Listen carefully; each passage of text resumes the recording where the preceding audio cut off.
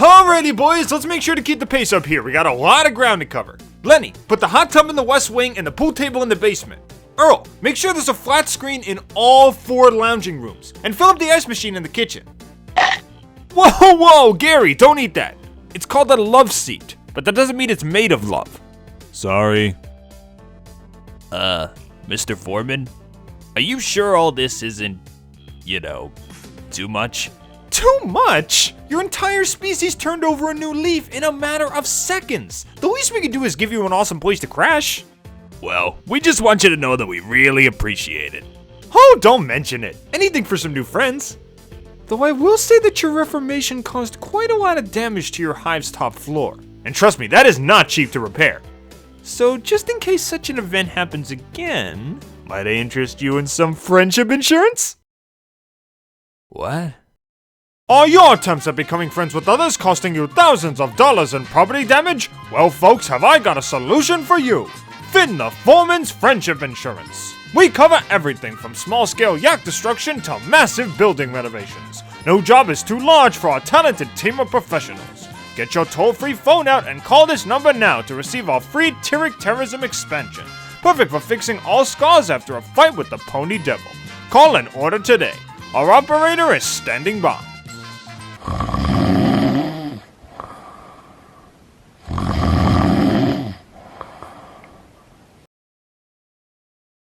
Who are you talking to? Those guys. They seem pretty interested. Sounds like a deal to me. I'll take 20. What's insurance?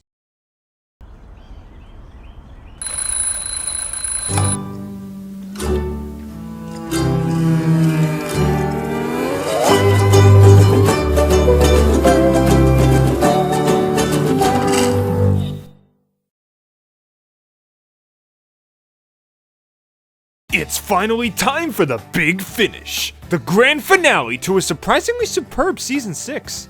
It's hard to imagine how the writers could possibly up the ante anymore after moving from party shenanigans to changeling wedding crashers to godlike transformations to fighting the equestrian version of the devil to freaking time travel.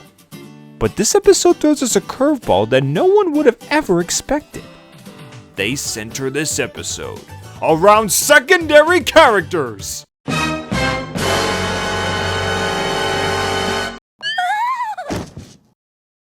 Yeah, as much as I love MOP, they always seem to keep the focus on the main 6, the CMC, or Spike when it comes to storytelling. I have absolutely no problem with those characters, and seeing them progressively grow is one of the best parts of the show. But I've always felt that there are a ton of different side characters that could easily hold their own episodes if given the opportunity. In Adventure Time, for example, it's clear that Finn and Jake are the head honchos, and yet there are tons of episodes centered around LSP, Marceline, Princess Bubblegum, BMO, etc., where Finn and Jake either make very brief cameos or don't even show up at all. Heck, one of my favorite episodes, Mystery Dungeon, only gave the duo a brief appearance at the end after the plot is pretty much wrapped up, while the rest of the episode is centered on a completely random group of side characters, many of which have never interacted before. You could check out my review of that if you want more info. So with MOP finally giving the spotlight to some sideliners after 6 seasons, does this episode provide the viewers with lots to love, or will there be many things that really should have been changed? I say we dive right in and find out. The episode starts off with Twilight, Starlight, and Spike taking care of some clutter in the castle.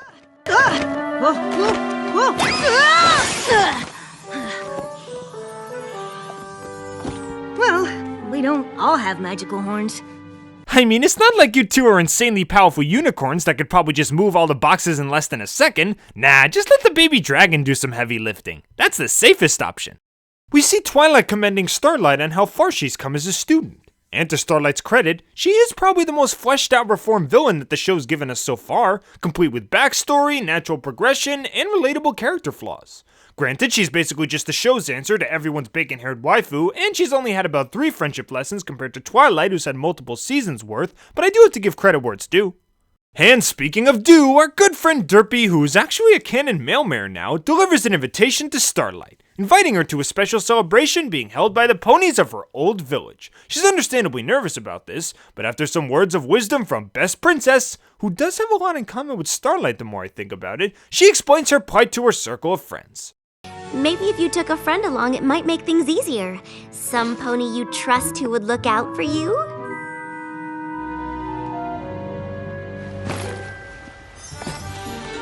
Thanks so much for doing this, Trixie. When Twilight said I should bring a friend, you were the first pony I thought of. Okay, first off, points for a funny joke. Second of all, it's really nice to have elements from earlier in the season make a return for the finale. It's great for a two-parter to be an awesome experience on its own, but little touches like this also make it feel like a grand celebration of the entire season. Just look at Twilight's Kingdom. On its own, it's arguably the best season finale in the show, but little things like the key flashbacks and the cameos of all the friends that the main six had helped make me sit back and think, man, this season has been quite the adventure, hasn't it? I'm so glad I stuck around. And of course it wouldn't be a true Trixie comeback without her rubbing something in Twilight's face. Great idea, Princess Twilight. Asking me, Starlight's best friend, to help her on this difficult journey. Time really flies when you're spending it with your best friend. We're the bestest of friends, Twilight. She'll always pick me over you, Twilight. We're gonna run away together and never leave each other's sides as long as we both shall live, Twilight. What was that? Oh, nothing. Nothing at all. Now come on, let's go confront your tragic past. They both head down to the village. We're reminded of Starlight's previous wrongdoings. Again. And we see that every pony there is actually overjoyed to see her. Well, that's a major relief. Guess that means Trixie and Starlight can just kick back and enjoy themselves, right?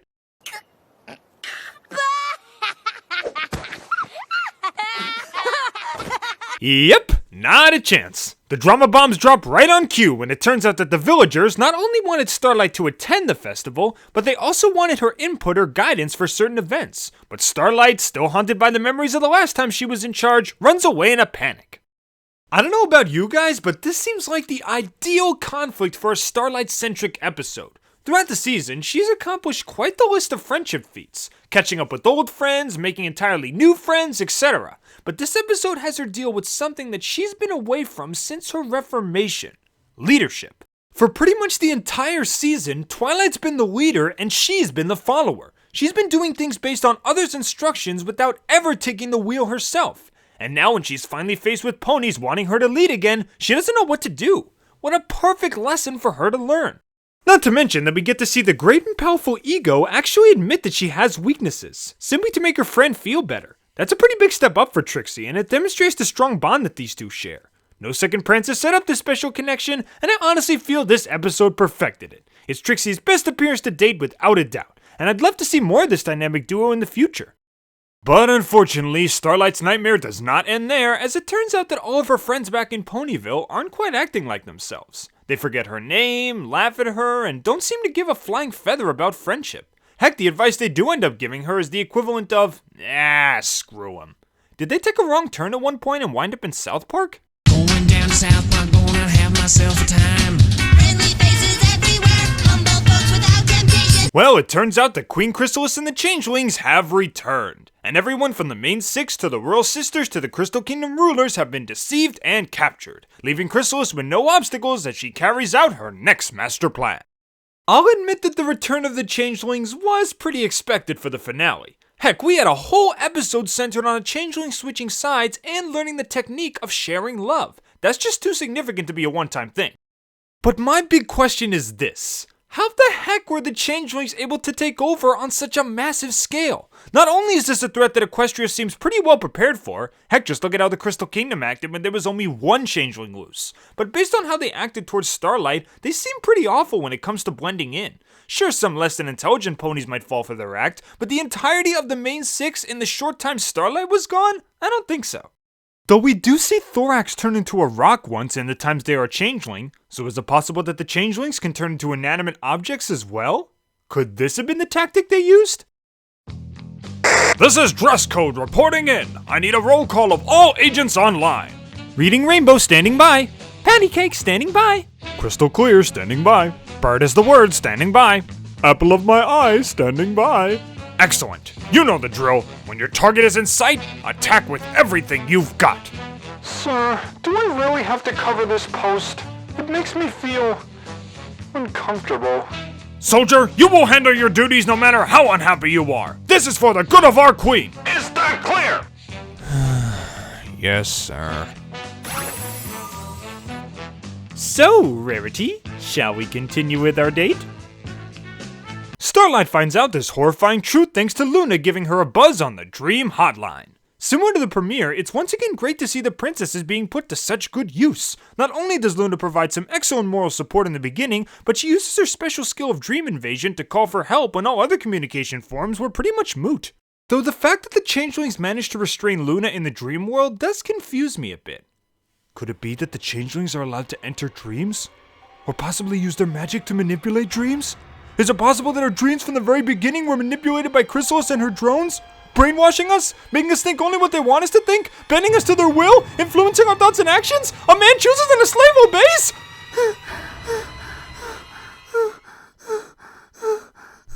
Boy. Doc? Finn is scrutinizing to the point of a nervous breakdown. Again. Wouldn't be the first time this week. Come on, Finn, let's go to the office. But Doc, our whole lives could have just been mere clay in Chrissy's metaphorical fingers. All this time we could have been living a lie! Yes, just breathe into the bag and we'll get you some tea. With little lumps of sugar in it? With little lumps of sugar in it. So, after Starlight tells Trixie about the shocking turn of events, they're greeted by a familiar face. Thorax! Yeah, with the Changelings on the rise, we should have expected him. Even Discord decides to join the posse. Well, isn't this quite the combination of secondary characters? And I'd have to agree. Like I said before, we've never gotten an episode centered around characters often left on the sidelines, let alone a whole 2-part finale. Though it does make you wonder how there could be a whole 22 minutes left of this. I mean, this team consists of a god of chaos that can bend reality with a snap of his fingers, a unicorn with magical skills on par with Twilight's Sparkle, a reformed member of the enemy with tons of inside know-how, and... well, 3 out of 4 ain't bad. Heck, just with Discord alone, this episode should be done in seconds flat. Teleport to the hive, turn Chrysalis into a potato, free everyone, leave, the end. So what exactly lies ahead for our 4 heroes in the mysterious hive of the Changelings? Find out after the always exciting recap. It's the ponies from my old village. Okay, I'm bored. There we go. So, after Discord's usual shenanigans get vaped away when he tries to storm the castle, Thorax explains that changeling magic is the only kind of magic that will work in the hive. Chrysalis's throne is carved from an ancient dark stone that soaks up outside magic the same way changelings soak up love. It's how she keeps the hive safe. Clever girl. Well, there go most of the team's most valuable resources. So they end up walking to the changeling hive, relying on nothing but their wits and whatever's in their backpacks to stop Chrysalis and her army. But not before our 2 cocky reformed villains butt heads a bit. I don't know how any of you manage not being able to disappear and reappear whenever you want. Well, I, for one, definitely miss you being able to disappear. This is a great running gag. It doesn't overstay its welcome like the Rarity Fashion Show gag in Legend of Everfree, and it makes sense in regards to the characters, since they both have massive egos and a low tolerance for other people bothering them.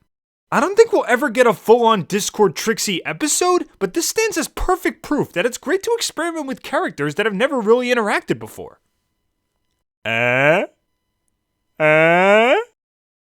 So, after some journeying through the hive, which actually changes just like changelings do, Thorax ends up leading the team to a dead end. And after Discord proudly pronounces his only reason for joining their squad, I have a Fluttershy to save. the changelings get alerted to their location. And maybe they just heard John Delancey and wanted his autograph. I wouldn't blame them.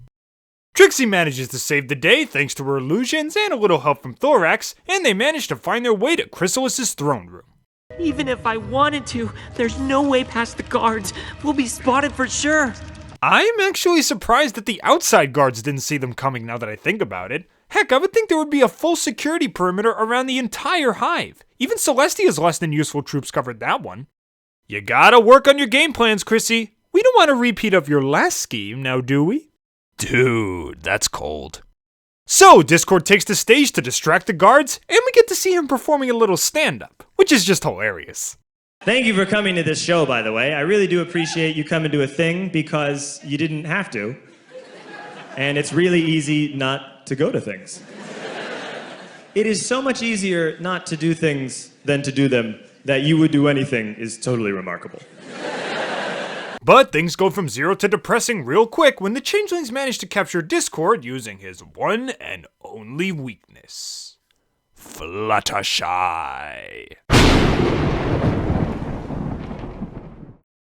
He obviously doesn't fall for it the first time, but the Changelings eventually overwhelm him with multiple shies, to the point where he just looks emotionally broken. Jeez, was I the only one who really wanted to hug him after that scene? No? No one else? Oh well, more for me. Oh, Discord! Here comes the hug train, choo-choo! So, after losing both Discord and Trixie to the Changelings, Starlight finally comes across Chrissy's throne room, complete with the magic negating stone and all her captured friends. Oh, how will I ever prevent this daring rescue? Somebody better call an exorcist! With all the odds stacked against our heroes, Starlight comes up with one final idea. Sharing love is what made you different to begin with. You should share yours with Chrysalis. Give her all of it.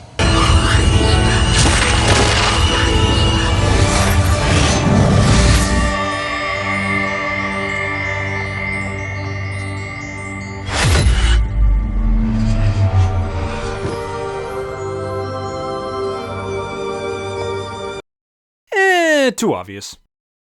So the other Changelings get a taste of what sharing love can really do. And they all immediately do what Thorax did, leading to the defeat of Chrysalis and the freedom of Starlight's friends. Yeah, if I had any major problem with this episode, it would be that the ending felt a bit rushed. I mean, it's expected that Thorax would follow through with the whole sharing love with Chrysalis plan, but the entire hive doing the exact same thing 2 seconds later without any hesitation?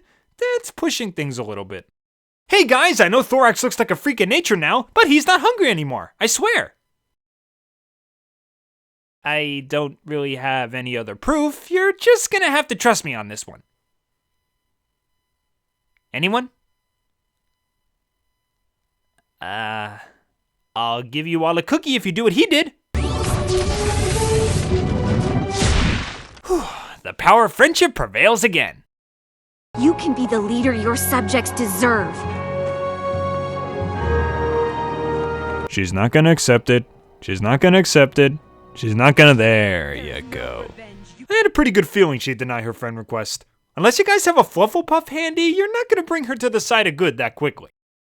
So, everyone heads down to the Sunset Festival, Starlight apologizes for her behavior to her village, and Discord and Trixie finally have a moment of mutual respect between each other. Or kinda. Actually, I was going to say a couple of those illusions were slightly above average. If you ever need a little chaos in your act, let me know. Ha! When pigs fly! If I'm honest, this moment feels more like Discord just complimenting Trixie. I mean, there's not a single moment in this episode where Trixie commends Discord on his contribution to the team. Not exactly great and powerful, but effective. It is absolutely ridiculous that worked. If we got a little more on Trixie's side of the scale, this would feel more like an even two-sided respect. But honestly, that's just a minor complaint. So, that was To Where and Back Again. And despite some rough edges here and there, it was pretty spectacular. I'm not gonna lie and say it was my favorite finale in MOP history, as I think Twilight's Kingdom is still a bit better. But it was definitely something worth looking forward to, and it wrapped up the season quite nicely. The build-up in Part 1 was done flawlessly, the Changeling Hive was an awesome setting for an adventure, putting the focus on Starlight, Discord, Trixie, and Thorax instead of the main six was a welcome idea, and Starlight trying to conquer her fear of leading others again was a massive step forward in her character that felt right at home in a 2-part episode. There were some scenes that felt poorly paced, and some elements that were a little bit half-baked. And I also personally feel it lacks some of the epic factor that most of the other finales had. But at the end of the day, it was a fun and creative experience that put a massive smile on my face. And whether you love her or hate her, you do have to admit that Starlight has come quite a long way since her beginning. And honestly, the entire show has too. It's been 6 seasons and the show is still going strong with no real seasonal rot showing. It's hard to tell just how long our pony pals will stay on the air, but I can guarantee that as long as the writers keep the fresh ideas flowing, we'll have plenty of great equestrian adventures to love and tolerate in the future.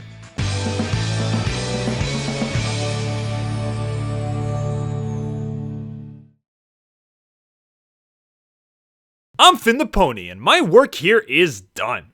Hope y'all enjoyed the new pad, gentlemen, and welcome to the side of good. Toodles! Wait! You don't have to leave right away!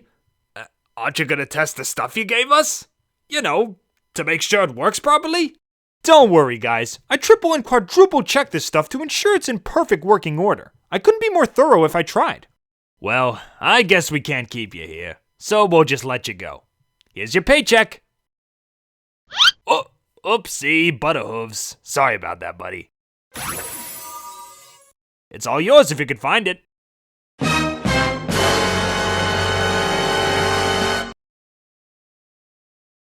You know, now that I think about it, I guess I could stay a while.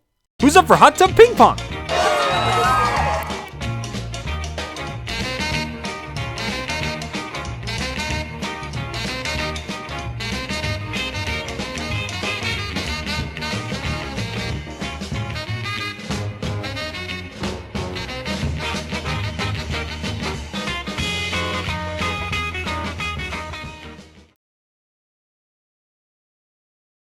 So all you have to do is share your love with one of us, and you'll be able to evolve your form.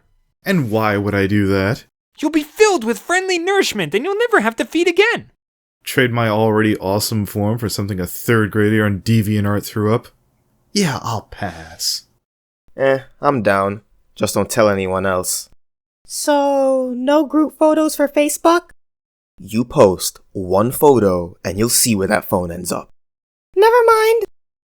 Hey, speaking of which, how come you guys never transformed? Did you miss the ceremony or something? We were in the bathroom. Oh.